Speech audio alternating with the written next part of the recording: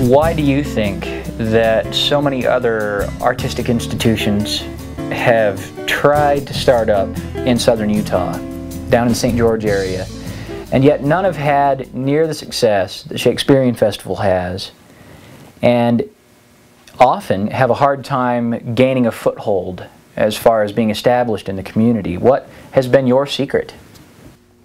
Oh, I don't think it's a secret.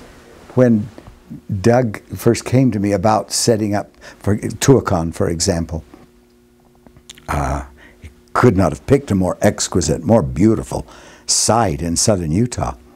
But at the time, my only word of advice to him was, do a spring festival and do a wonderful late fall offering, and then just close down in July and August. But they didn't. They went for the what is considered the peak of the tourist season. It's not the peak of the tourist season. We've discovered this with the fall season. There's traveling audience year round, especially with I-15 right next door to all of us. But the St. George Musical Theater, I think they're very successful. And they'll only continue to get more and more successful if they just hold on. The secret is tenacity. The secret is not some miraculous formula, and it isn't money. St. George is loaded with money.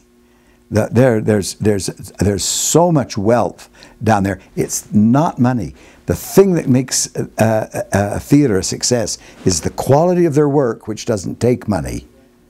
That takes talent and their longevity. And when they've built a history, people begin to trust them. People are willing to invest in them. People are willing to buy tickets. People are willing to tell their friends, come and go with me and see this. And it just takes time.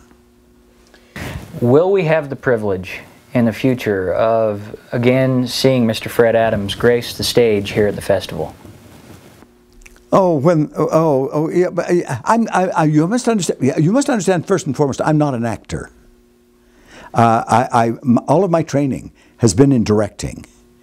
I do act occasionally and have a great deal of fun doing it, but primarily because there's a role that is so typical for me, a doddering old idiot, Pirates of Penzance, HMS Pinafore. These are tailor-made roles for an old fool, and I have great fun doing them, but only when a role like that came along. I always jokingly tell my audiences that I would love to play Romeo, but I just cannot imagine the age of the Juliet to make it believable.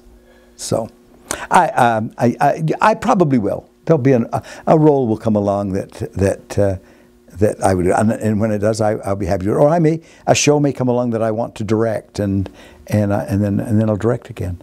Well, Mr. Adams, here is hoping that we see a more mature Juliet come into the works. Wouldn't that be something? In the future, wouldn't you just love to see an 80-year-old overweight Juliet?